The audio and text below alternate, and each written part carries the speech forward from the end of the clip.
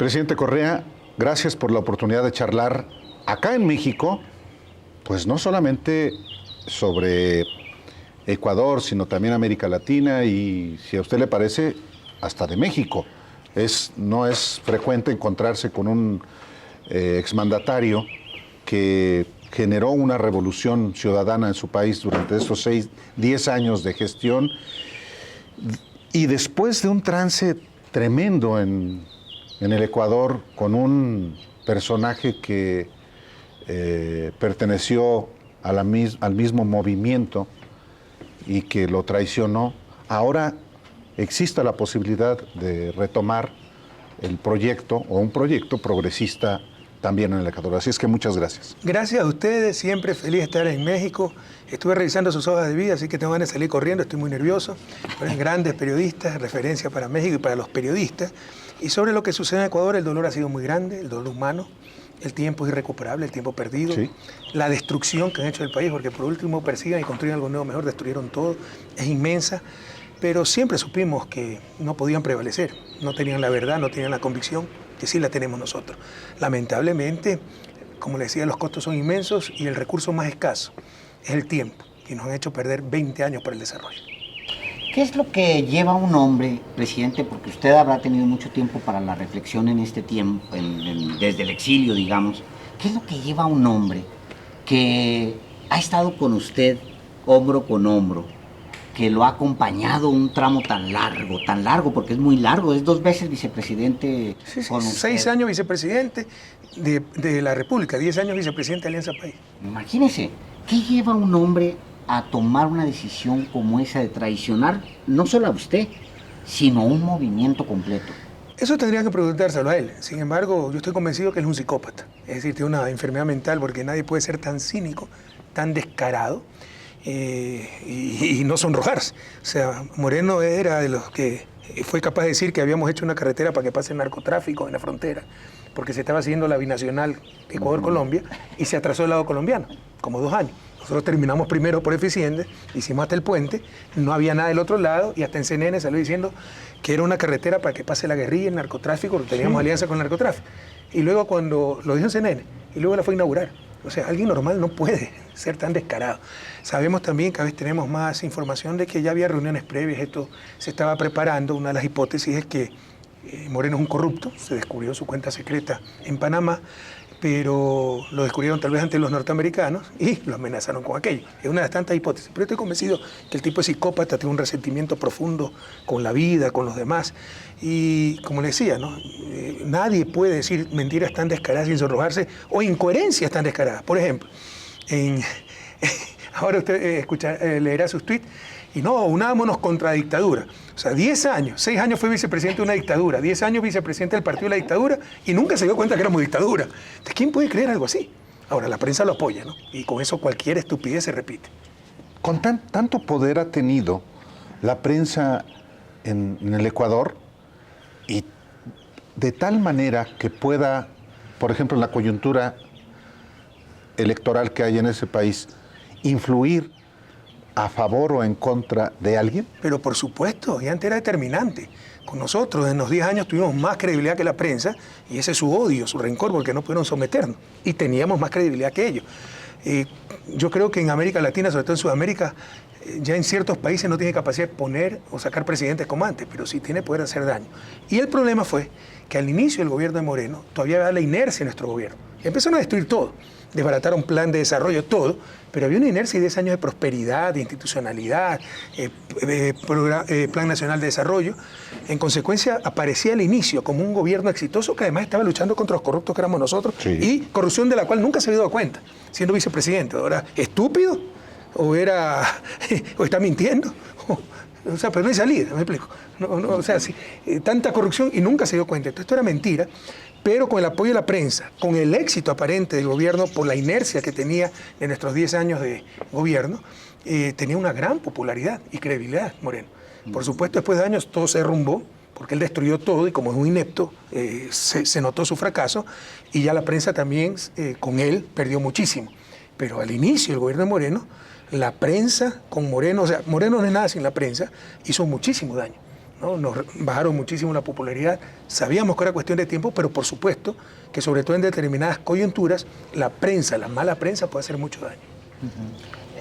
No es un tema exclusivo del Ecuador, ni siquiera es un tema exclusivo de América Latina, que la prensa ha jugado con los poderes de facto durante décadas y ha operado con la derecha, de la mano de la derecha, durante décadas y décadas.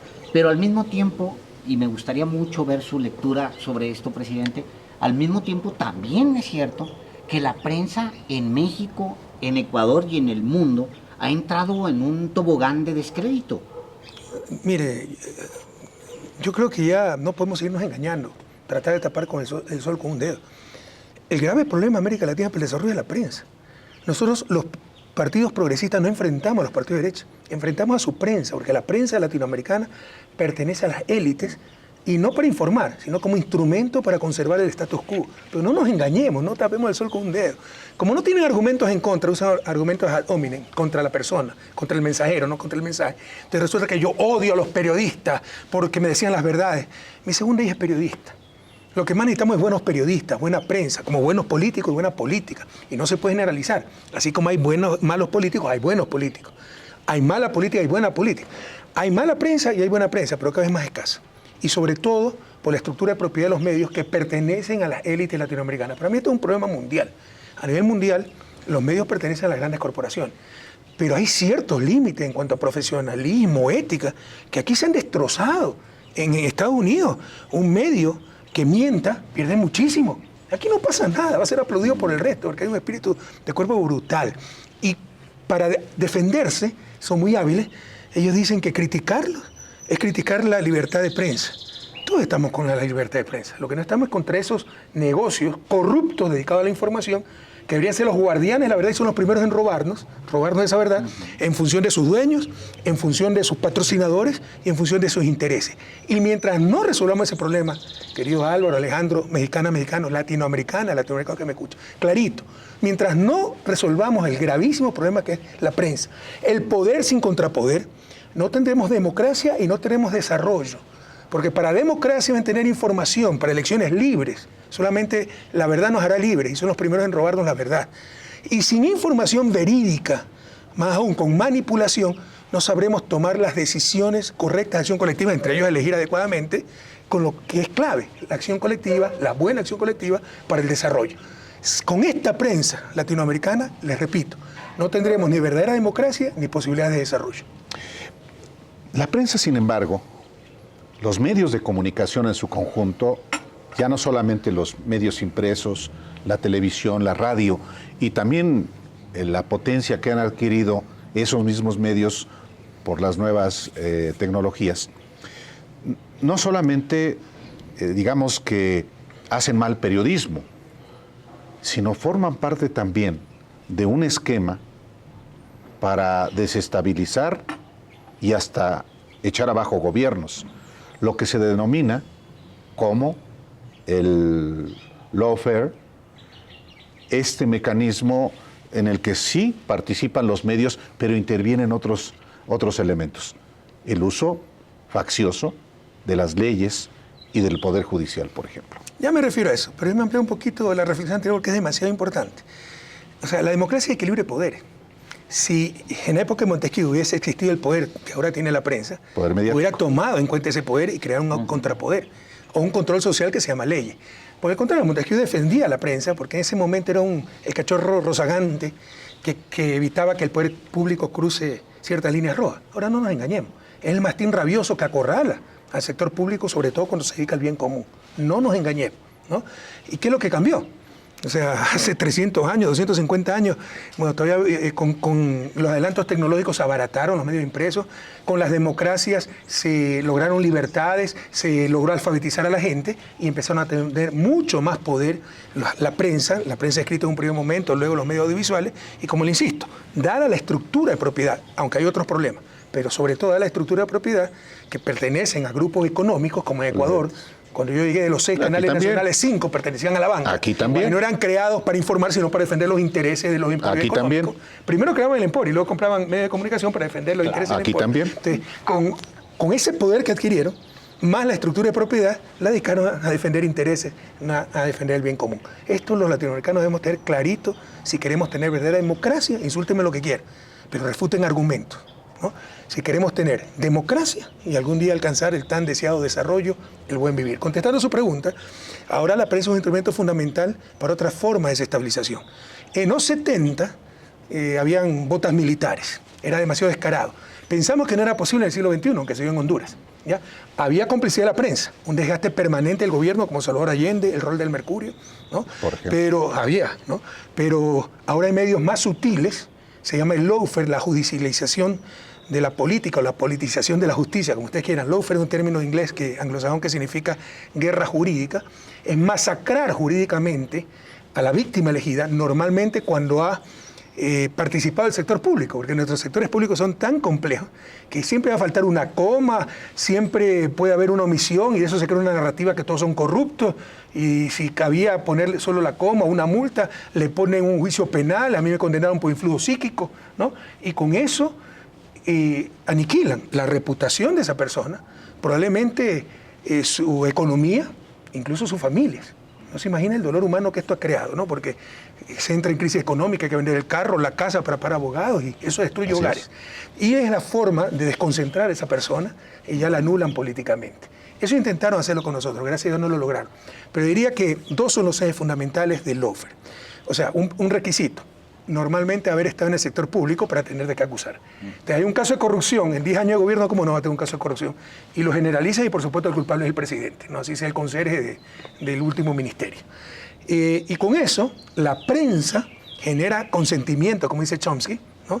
Y logra que hasta la persona más noble aplaude la mayor canallada, y ya jueces temerosos o abiertamente corruptos, miedosos del sector del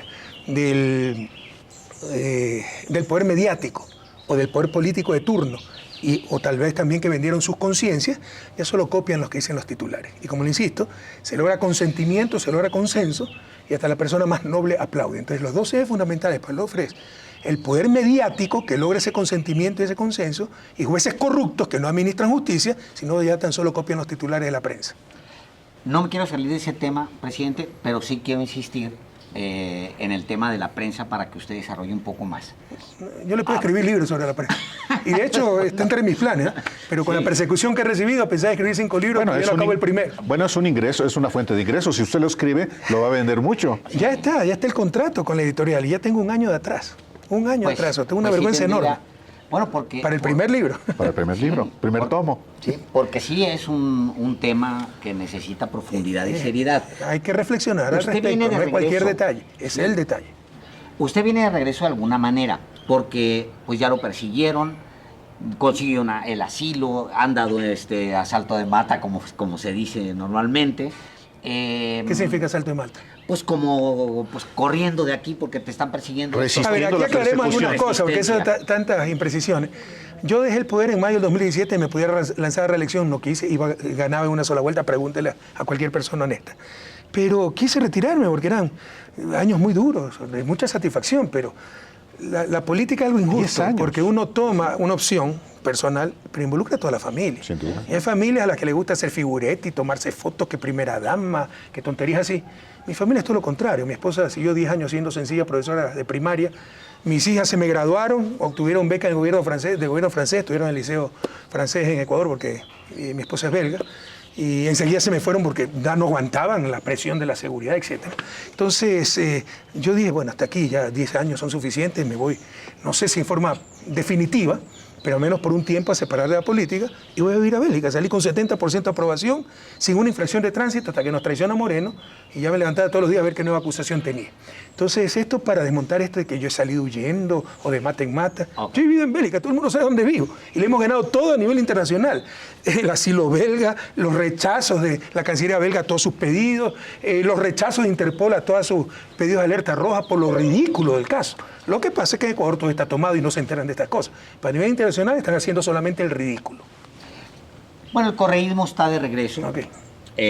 Hay una elección en puerta y es altamente probable que el movimiento vuelva al poder público, o sea, volver a tomar la presidencia del Ecuador.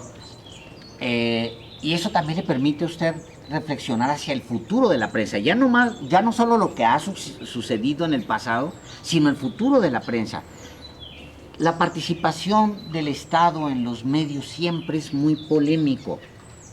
¿Qué alternativas tenemos? Sí, casi tan polémico como la participación del sector privado, más falto de transparencia, porque esas son las contradicciones. Miren lo que hizo Europa con la guerra Rusia-Ucrania, prohibió los medios prorrusos. ¿Qué mayor atentado a la libertad de expresión? Por peligro de la seguridad nacional. Imagínense si nosotros hiciéramos lo mismo con todos estos medios infiltrados que son un peligro para la seguridad nacional. Primero. Segundo, ¿cuál era la principal sospecha de un medio para que sea prorruso? Lo saca Twitter. Este medio es cercano al gobierno ruso. O sea, que un medio sea cercano a un gobierno es terrible. Pero que un medio sea propiedad de una transnacional, ahí no hay problema. ¿Saben lo que estamos diciendo? Que se confía ya no en el poder público, sino en el capital transnacional. O sea, nos han trastocado los valores. Yo creo que no hay que confiar en nadie en estas cosas, porque debe ser periodismo para el bien común, para los ciudadanos, pero los medios no deben ser gubernamentales. El ejemplo que usted me da debe ser público. Público significa lo que es de todo, publicus, de latín. Lo que es de todos, res pública, la cosa pública. Debe ser controlado por organismos autónomos del poder político, pero también del poder económico y de ciertos intereses privados. Hacia allá tenemos que ir si queremos mejorar nuestra democracia, en el caso de América Latina, alcanzar el desarrollo. Entonces, esto, le insisto, no son medios de un gobierno. Debemos impulsar medios públicos. Pero una de las tantas cosas que hay que hacer, por ejemplo, yo promovería muchísimo que el Estado apoye periodistas independientes, que sin depender de patrocinios, sin depender de capital privado, puedan ejercer más puramente el periodismo. Porque los buenos periodistas también son víctimas de esto. Le dan líneas editoriales que son consignas, y si no cumplen se quedan sin trabajo y tienen que llenar la olla. Esa es parte también del fenómeno que en México y en América Latina existe. Se conciben como medios públicos y de pronto se degradan en medios de propaganda. Y quien no está dispuesto a hacer propaganda, en efecto, le cortan la cabeza. Y el mensaje que se envía es que esos medios públicos deben ser solamente de propaganda. Ese también es un fenómeno. Mi querido Álvaro y Alejandro, miren, yo estudio, mi pasión es el desarrollo económico. Yo creo que si no resolvemos el problema, el enigma, el desarrollo, los economistas no servimos para nada. Y créanme que al final del día, usted puede enseñar todas las instituciones del mundo, propiedad pública, propiedad privada, socialismo, capitalismo, en el fondo, sin personas virtuosas, no hay instituciones virtuosas. O puede haber instituciones virtuosas que no funcionan. ¿Sí me explico? En el fondo, es lo que le puede decir cualquier madre de familia, un problema de valores. Por ejemplo, el cumplir con el deber. Por ejemplo, el respeto a la verdad. En América Latina, no solo que no se respeta la verdad, se aplaude la mentira. Y se le aplaude por habilidad, cuando hay falta de escrúpulos, cuando debería ser sancionado por toda la sociedad. Soluciones para esto. Si nosotros volvemos al poder, haremos reforma constitucional. Estamos proponiendo una asamblea constituyente para que la verdad sea un principio constitucional. ¿Sabe lo que significa que alguien te robe la verdad? Sector público, sector privado. Más aún, o sea, cuando te roba un periodista, que es el encargado de garantizarte esa verdad, es como que si te asalte un policía, el encargado de tu seguridad, es doble crimen. Entonces, el derecho a la verdad para que cualquiera que se vea afectado porque le robaron la verdad pueda tomar acciones judiciales. Y por si acaso, este año se cumplen 75 años de la Carta de Derechos Humanos de Naciones Unidas, que para mí está obsoleta. Una de las reformas debería ser como derecho humano, el derecho a la verdad. Pero usted entendamos lo que significa que te roben la verdad. Pero usted lo que quiere es impedir la libertad de expresión. Esa va a ser, o esa es inmediatamente la respuesta ante un planteamiento como ese. ¿Qué es la libertad de expresión? Que tú puedes decir lo que te dé la gana, pero es ser responsable de lo que digas. Esa es la segunda parte que no dice. Claro. Porque también el principio de Naciones Unidas de Derechos Humanos, la libertad de expresión y el derecho a la honra y la reputación, pues. No porque tú argumentas libertad de expresión, yo puedo decir, Álvaro es un narcotraficante, violador en serie, criminal. Tengo que demostrarlo, y si no lo demuestro, tengo que ser responsable de lo que dije. La libertad de expresión es básicamente que no exista censura previa, que tú puedes decir lo que te dé la gana, pero no la falta de responsabilidad con respecto a lo que dices, y ese es el gran engaño. Entonces, con el derecho a la verdad, tú puedes exigir responsabilidad de lo que cualquier irresponsable, perdóneme la redundancia, haya dicho, empezando por los periodistas. Pero también los políticos, sí, incluso claro, todos los que tengan influencia sobre el resto, maestros, etcétera. Claro. Presidente, retomo un poco lo de Álvaro sobre el lawfare y le planteo lo siguiente para jalarlo un poco hacia México. El presidente López Obrador está enfrentando una Suprema Corte muy poderosa porque se ha empoderado pues por los poderes de facto que siguen operando en México, que están intocados. El poder económico, los intelectuales, la academia, los medios de comunicación. El poder mediático, claro. El poder mediático. Y ahora le están dando palo a todo desde la Suprema Corte. Y hay un bufete muy particular, que es un bufete para litigio estratégico, le llaman, para estar permanentemente acosando al gobierno de López Obrador. El otro no cree usted que están dejado. También utiliza las mañaneras para defenderse y se sabe defender. Pero eso es libertad de expresión. Porque es chistoso lo de la libertad de expresión y libertad de prensa, ¿no? Lo que argumentan los periodistas. Uno puede decir ladrones, ineptos, asesinos, pero si uno le dice irresponsable, atentado a la libertad de prensa. Ya basta, bájese esa nube rosada. Si ellos tienen libertad de expresión, uno también tiene pues libertad de expresión. Entonces, muy bien por las mañaneras. Oiga, ¿y qué le diría usted, presidente, de todo lo que ha reflexionado en este tiempo? ¿Qué le diría usted a López Obrador con respecto al resto de los poderes? Mire, no me gusta darle consejos a personas que no me han pedido. Peor un presidente de la trascendencia y trayectoria de López Obrador, que me puede dar cátedra a mí en muchas cosas. Pero lo que sí le puedo decir es que en América Latina hay un partido político muy poderoso, es el partido mediático, es el partido judicial.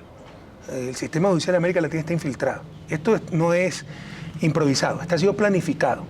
Los estadounidenses no son tontos, saben que no son posibles, al menos en Sudamérica, en Honduras lo dieron, golpes de Estado como en los 70, botas militares para, por ejemplo, derrocar el primer gobierno comunista electo democráticamente como el de Salvador Allende, y este año se cumplen 50 años del golpe de Estado contra Allende. Entonces utilizan medios más útiles como el lawfare, pero para eso es necesario infiltrar el sistema de justicia. Y hace décadas que hacen escuelas de fiscales, que dan becas a fiscales, jueces, que dan visa de 5 años al juez que se porta bien, al juez que se porta mal se la quitan, y así tienen influencia en nuestro sistema de justicia, más la derecha que capta también esos jueces, por billetes, por muchas cosas. Un problema muy grave, y al final del día, nuevamente, podemos poner las instituciones más virtuosas, que Corte Suprema permanente, no que se renueva ellos mismos cada cierto tiempo, no que elección popular. Sin personas virtuosas, nada funciona. Y eso hemos perdido mucho en América Latina. Por ejemplo, banalizamos la mentira cuando es algo extremadamente grave. En Estados Unidos muchos tratadistas dicen, lean las crónicas cuando Trump promovió que se tome el Congreso, etcétera, ha atentado contra los 2 pilares de nuestra nación: el respeto a la ley y el respeto a la verdad. O sea, no son cosas banales. Sin respeto a la verdad no funciona absolutamente nada. Pero hay ese problema. Una solución es tener un sistema supranacional, sistema interamericano, pero está también tomado por Estados Unidos. La OEA, Comisión Interamericana de Derechos Humanos, y parcialmente Corte Interamericana, ¿no?, financiada en parte por la OEA, donde hay gran influencia del secretario general Almagro. Debemos hacer un sistema latinoamericano, mucho más independiente, mucho más autónomo y mucho más ágil, al cual se pueda recurrir, y en lugar de esperar 20 años, en 6 meses, pueda revocar las barbaridades que hacen los sistemas judiciales nacionales. Puede ser una de las soluciones. Pero al final del día, les insisto, sin personas virtuosas, que rechacemos, por ejemplo, la mentira, ¿no?, rechacemos la mediocridad, rechacemos la corrupción realmente, no cuando la hacen los otros, no cuando la hace cualquiera, no habrá institución que funcione. Perdón, Álvaro. Defíname persona virtuosa porque la usa. El amor a la verdad. El bien más importante que tiene la sociedad no es la producción de petróleo, no es la producción de automóviles, de satélites, es el bien moral. Y eso se ha perdido mucho en América Latina, en parte por la prensa, que es la encargada no solo de informar, sino de formar. Y por atacar, deforma a la gente, llena los corazones de odio y pudre las conciencias. Es educación, a final de cuentas. Buena educación en valores. Porque, pero ejemplo de las casas, ¿no? No solo es la escuela, la educación formal, el ejemplo en los hogares, el ejemplo en la política. Pero con los políticos son los primeros en dar el mal ejemplo. Vea lo que hace Lasso. Hace unos meses denunció que 5 asambleístas del partido indígena lo habían extorsionado, le habían pedido dinero a cambio de los votos, los denunció en fiscalía. Luego retira la denuncia y están votando con el gobierno. O sea, la cuestión es que estaba muy caro lo que pedían. Ya llegaron a un arreglo y ya lo compró a un debido precio. Entonces, con esos ejemplos, o sea, Lasso fue un tipo que llegó a la presidencia diciendo: nosotros prohibimos beber los domingos, ¿no? Como sucede en muchos estados de Estados Unidos. Yo vivo en Estados Unidos. Salía con la propaganda a tomarse una cerveza y que nadie nos quite nuestra libertad de beber cuando nos dé la gana, que las discotecas no tengan hora de salida y beban lo que quieran, y que una expresión muy fuerte que existe en Ecuador que se llama "qué chucha", o sea, ¿qué me importa? Es una palabra muy vulgar. Bueno, hace poco, un conductor ebrio, exceso de velocidad un domingo, atropelló a un abuelo con sus 2 hijos, los mató, y que estaban esperando un taller de bicicleta su bicicleta. O sea, no es culpa directa de Lazo, pero genera el entorno para esas cosas. Entonces, es de todos los niveles que hay que luchar por esa construcción de valores. La escuela, la educación formal, pero el hogar y obviamente el ejemplo de los políticos. Hubo, y está en curso también en el Ecuador, un proceso electoral, por lo que hubo de un comportamiento de Lenín Pérez y luego del propio Lazo. Lenín Moreno. Lenín Moreno, perdón, porque no sé por qué dije Lenín Pérez. Bueno, un nombre muy común. Sí. Alta probabilidad de acertar. Pero a lo que voy es años de 2 gestiones que prometían efectivamente, ahora sí, generar progreso y libertad para los habitantes. Ha tenido que recurrir a una argucia jurídica también Lazo para tratar de evitar que siga el deterioro y sin embargo está a las puertas de una elección en la que pues no las tienen todas consigo. Hasta donde entiendo, la candidata puntera pues puede ganar en la primera ronda. ¿Qué pasará y qué debe hacer si se materializa el triunfo de la candidata de ese movimiento? ¿Cuál debe ser la prioridad? Seguridad. Nosotros vamos al país como el segundo más seguro de la región. Si sigue la tendencia, seremos los 15 más violentos del mundo. Del mundo. Una de nuestras provincias, una provincia muy querida, con gran población afro, en términos relativos, la mayor parte es afro. Limítrofe con Colombia, la provincia de Esmeralda está catalogada como la 3ª región más peligrosa de toda América Latina. Antes, entre las 10 ciudades más seguras de América Latina, había 4 ecuatorianas. Quito era la capital más segura de todas las capitales. Sí. Hoy no aparece una. Esmeralda, capital de la provincia de Esmeralda, está entre las 7 más violentas del mundo y mi ciudad natal, 24, en el puesto 24 las más violentas del mundo. O sea, yo no he visto, miren, los que me conocen saben que no exagero, yo vengo de la academia, trato de ser objetivo, pero créanme, no he visto destrucción tan rápida y profunda en época de paz en ningún país. No lo entiendo, o sea, por malos que sean, por ineptos que sean, ¿cómo pudieron convertir al segundo país más seguro de América Latina en 6 años? Si sigue la tendencia, es uno de los 15 más violentos del mundo y por supuesto los más violentos de América Latina. Y esto es un conjunto de factores. La clase de gente que nos lleva al poder, o sea, la razón de ser, la legitimidad de la autoridad pública es el bien común. Esa gente va a utilizar el poder para llenarse los bolsillos. Aplicando un sistema que es un absurdo para América Latina, el neoliberalismo, que es una narrativa que conviene a sus intereses. Porque es el sálvese quien pueda y el que se va a salvar es el más poderoso. Y los más poderosos son ellos. Y hasta los pobres muchas veces compran ese discurso tonto, ¿verdad? Un sistema que se basa en individualismo, en la competencia, en la región más desigual del mundo. Quieren aplicar eso, por lo menos demos igualdad de oportunidades y por eso nos falta mucho pues sí. Y se requiere acción colectiva. Entonces es una mezcla. Muy mala gente que llegó con la peor de las ideologías y la peor estrategia de desarrollo para una región, yo creo que en general, pero sobre todo para una región como América Latina, porque precisamente eso, ¿no? Al final del día lo importante son los valores y el neoliberalismo que impulsa tu egoísmo, tu fin de lucro, acaba con esos valores, acaba con los cimientos mismos de la sociedad. Entonces, han acabado con todo esto y tenemos un problema de seguridad muy grave que sabemos cómo resolverlo, ya lo hicimos, pero va a tomar tiempo y va a tomar mucho esfuerzo e incluso va a ser muy costoso porque hay un fenómeno que no se había dado en Ecuador. Crimen organizado hay en México, en Bélgica, en Holanda, en Ecuador, pero el crimen organizado se ha tomado el Estado, porque no puede haber tanto crimen organizado sin complacencia de altos oficiales de la policía, altos oficiales de la Marina que permiten sacar hasta un portaaviones lleno de droga y luchar contra esos poderes es muy duro, pero lo vamos a hacer y lo vamos a lograr, pero no será fácil. La descomposición es en toda la región. Hay una descomposición en términos de seguridad en toda la región y pues algunos voltean a ver a los estados nacionales y los acusan de tener una parte de esto. También por el otro lado hay un rol externo que es la demanda de drogas de Estados Unidos que somete a la región pues a eso. Hay también una gran crisis de valores que usted ha insistido mucho en eso, hay un reto moral, digamos, por delante. ¿Cuál es la salida para lo que está pasando? ¿Qué ve usted, presidente, para toda la región? Primero, no solo hay crisis de valores, hay crisis de concepto. Atacar al Estado, el Estado es malvado, el Estado somos nosotros. Correcto. ¿Acaso el Estado son los marcianos? Y normalmente el Estado no es ni mejor ni peor que la sociedad a la cual representa. Y esa es una de las definiciones de Estado. La representación institucional de esa sociedad, por medio de la cual esa sociedad realiza su acción colectiva, tan necesaria para el desarrollo. Entonces, cuando tratemos de destruir el Estado, entendemos que nos estamos destruyendo nosotros mismos, ¿no? Y aquí viene la falacia de la composición, es un término aristotélico, que para mí tal vez el error más grave en el análisis económico del desarrollo en general, pero del cual se aprovecha la derecha. ¿Qué significa la falacia de la composición? Lo que es bueno para la parte no es bueno para el todo, ¿no? Entonces, para la parte, en un teatro lleno, estoy sentado, no veo bien la obra. Pararme, yo solito, veo mejor la obra, salí ganando. Pero si todos se paran, vemos igual de mal la obra y estoy parado, estoy más incómodo. Individualmente, no pagar impuestos, pagar menos impuestos, me conviene. Si nadie paga impuestos, todos vamos a estar peor. ¿Ya? Es la falacia de la composición. Pero de eso se aprovecha la dolarización, ¿no? ¿Quién no quiere tener moneda dura en el bolsillo?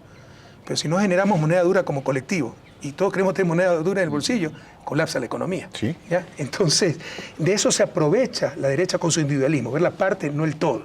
Esa es la razón de ser la macroeconomía y si quiere, pues es una gran diferencia entre socialismo y capitalismo liberal, ver el todo, no solo la parte y el todo con justicia, dicho sea de paso. Entonces, ese es uno de los puntos centrales, ¿no? No caer en la trampa de la falacia de la composición y no... hay una crisis de conceptos también, entonces que el Estado es el malvado, el Estado somos nosotros.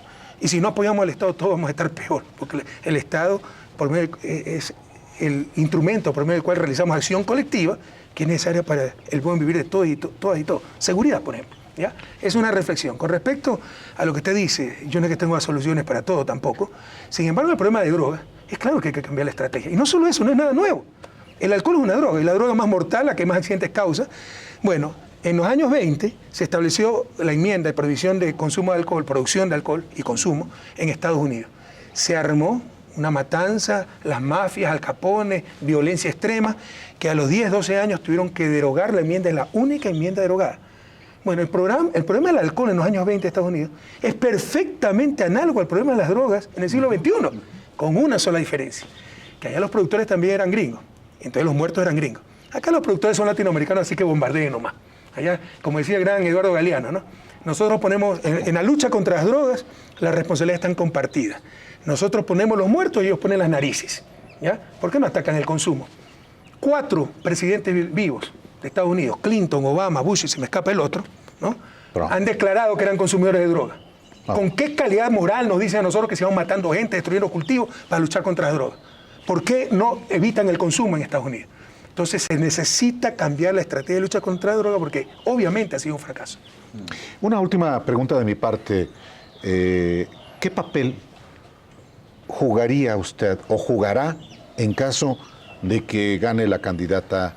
Bueno, Luisa tiene la Movimiento? gentileza de decir que si ella gana iba a ser su principal asesor, pero por lo pronto no puede volver al país. A mí me sacaron una orden de prisión en 2018 porque supuestamente ordené a un policía a hacer un supuesto secuestro de un delincuente que estaba fugado, que ya lo convirtieron hasta en precandidato presidencial, pero un delincuente que a los 2 meses fue deportado, dicho sea de paso. O sea, estamos en los trámites de deportación y somos tan estúpidos que los mandamos a secuestrar. No solo eso, ya confesó, está en video, ese policía que me acusó, que a él lo sacaron un día de la cárcel el fiscal y bueno, eso es difícil de contar, no me alcanza el tiempo, pero una autoridad, Trujillo, un tipo terrible allá, y lo amenazaron que si no me involucraba a mí, lo metían 9 años preso, si no, solo unos meses preso. Y no me conoce, nunca me habló por teléfono, pero dijo que yo le había llamado 2 veces por teléfono para ordenarle el secuestro. Ya lo confiesa en video, y todo sigue igual.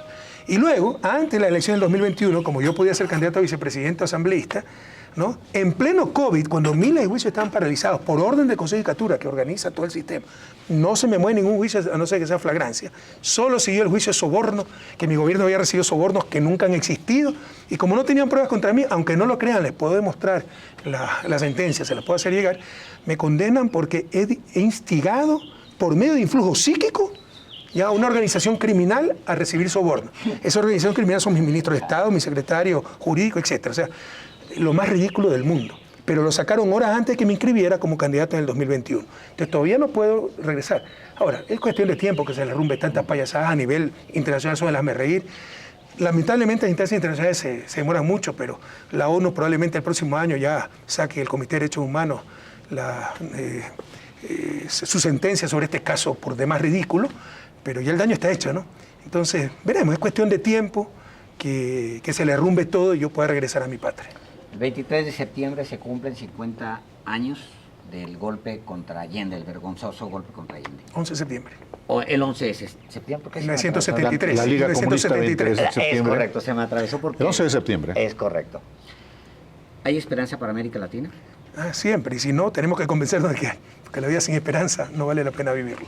No, yo soy un optimista, siempre digo, somos idealistas, somos optimistas con los pies bien puestos sobre la tierra. Somos realistas también, les he dicho cosas muy duras, que tenemos una crisis de valores en América Latina, que estamos perdiendo el bien más importante para una sociedad que es el bien moral. Y sin bien moral, pongan socialismo, capitalismo, lo que le dé la gana, nada va a funcionar. ¿Ya? Las instituciones más virtuosas, como hablan en ciencias políticas, instituciones virtuosas que para ellos es el neoliberalismo, el mercado, pongan las instituciones que le dé la gana. Sin gente virtuosa no va a funcionar. Y esa es la clave, la que funcionó en algo, porque tampoco es que hubo liberalismo puro en Estados Unidos, pero se olvidan, por ejemplo, lean Alexis de Tocqueville, Democracia en América, Sí. lo que era Estados Unidos. Primero una sociedad muy igualitaria entre los blancos, ¿no? A los indígenas los exterminaron, a los negros los esclavizaron, pero entre los blancos, mucha igualdad, igual de educación, ¿no? Con eso la acción colectiva representa el bien común, gente con muchos valores. Tocqueville nos dice, esclavo de sus obligaciones comunitarias, de la ley, esclavo de la ley, y en lo que le correspondía individualmente, totalmente libre, pero cumpliendo sus deberes a rajatabla, preocupados por el bien común. Y eso nos olvidamos. Y precisamente por eso es que ya está teniendo problemas Estados Unidos, porque ya se olvidaron de su fundamento, que eran esos valores, y hoy la desigualdad, por ejemplo, es gigantesca. Ya están perdiendo esos valores, se confunden. Porque como tuvieron un sistema de mercado relativo, ellos tuvieron lo que nosotros llamamos estructuralismo del siglo XXI en el siglo XIX, ¿no? En el siglo XX, perdón, lo llamamos estructuralismo del siglo XIX, pero liberalismo relativo, entonces se confundieron. Como tuvieron ese liberalismo, creyeron que eso funcionó y se olvidaron de los valores. Eso fue lo que verdaderamente funcionó. Y eso es lo que están perdiendo ahora y por eso le está fracasando el liberalismo, porque era lo verdaderamente importante, ¿no? Vino a México. En definitiva, ¿no? A no perder la esperanza, pero debemos tener los pies bien puestos sobre la tierra, que no es cuestión de sistema, es cuestión de valores. O no solo cuestión de sistema. ¿Lo trata bien México? ¿Tiene Muy amigos bien, en México? siempre. Demasiado bien, porque se come mucho acá.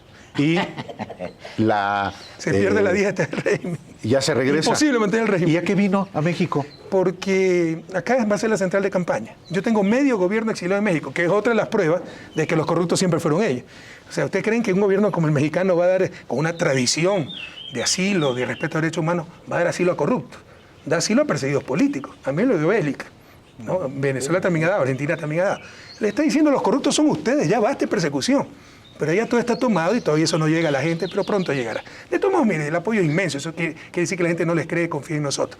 Entonces, acá tengo medio gabinete, entre ellos nuestra estratega, que lo hicieron quebrar para que no pueda seguir dirigiendo nuestra campaña. Lo acusaron de casos de sobornos conmigo, esa cantinflada, y tuvo que refugiarse en México, le ha dado asilo político en México. A Fernando. Entonces acá, Vinicio Alvarado, Vinicio Alvarado, que además ha ganado todos los premios, ¿no? Como mejor estratega y todo eso, y así destruye Ecuador a su propio talento humano.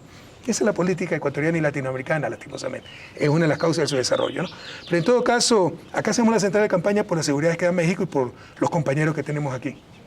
Entonces hoy día regreso a Bélgica, pero vengo a principios de agosto para quedarme hasta después de las elecciones, que son el 20 de agosto. Presidente, pues muchísimas gracias por la oportunidad de conversar con usted. Se agradece siempre una conversación inteligente. Gracias de verdad. Bueno, yo también agradezco siempre una conversación con periodistas inteligentes y honestos. Muchas gracias. Al contrario. Gracias, presidente. No soy muy abundante en estos días, No. ni por inteligente ni por honesto.